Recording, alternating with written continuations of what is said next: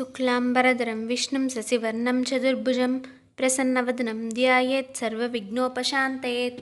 కార్తీక పురాణం 7వ అధ్యాయం. శివకేశవార్చన విధులు. వశిష్ఠుల వారు జనకునకు ఇంకా ఇటుల బోధించితిరి.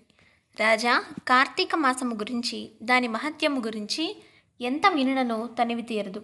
ఈ మాసంలో శ్రీ మహావిష్ణువును సహస్రకమలములతో పూజించిన వారి ఇంట లక్ష్మీదేవి స్థిరముగా నుండును.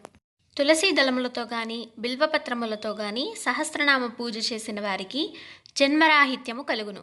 కార్తీక మాసమందు ఉసిరి చెట్టు కింద సాలగ్రామముంచి భక్తితో పూజించిన ఎడల వారికి కలుగు మోక్షం అంతా ఇంతా కాదు. అటులనే బ్రాహ్మణులకు కూడా ఉసిరి చెట్టు కింద భోజనం పెట్టి తాను తినిన సర్వపాపములు పోవును.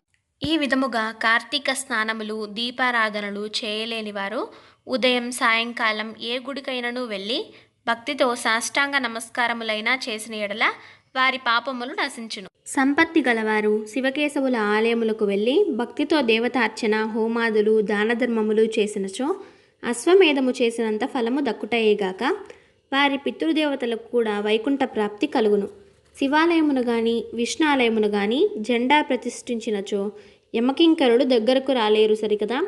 పెనుగాలికి ధూళిరాశులు ఎగిరిపోయినట్లే కోటి పాపములైనను పటాపంచలైపోవును.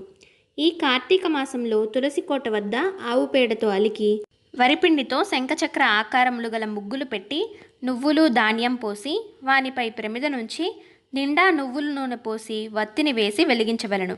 ఈ దీపం రాత్రింబవళ్ళు ఆరకుండా ఉండవలను. దీనినే నందాదీపం అందురు. ఈ విధంగా చేసి నైవేద్యముడి కార్తీక పురాణమును చదువుచుండిన ఎడల హరిహరులు సంతసించి కైవల్యం ఒసంగెదరు. అటులనే కార్తీక మాసంలో ఈశ్వరుని జిల్లేడు పూలతో అర్చించిన ఆయుర్వృద్ధి కలుగును. సాలగ్రామమునకు ప్రతినిత్యం గంధం పట్టించి తులసీ దళములతో పూజించవలను.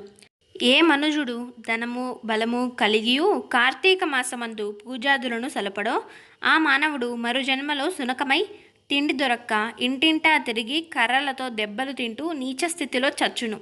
కావున కార్తీక మాసము 1 రోజులు పూజలు చేయలేని వారు ఒక్క సోమవారమైనను చేసి శివకేశవులను పూజించును మాసఫలము కలుగును. కనుక ఓ రాజా, నీవు కూడా ఈ వ్రతమాచరించి తరింపుము అని చెప్పెను. నమశివాభ్యాం నవయవ్వనాభ్యాం పరస్పరాశ్లిష్టవపుర్ధకాభ్యాం నాగేంద్ర కన్యా వృషకేతనాభ్యాం నమో నమో శంకర పార్వతీభ్యాం. 7వ రోజు పారాయణం సమాప్తం.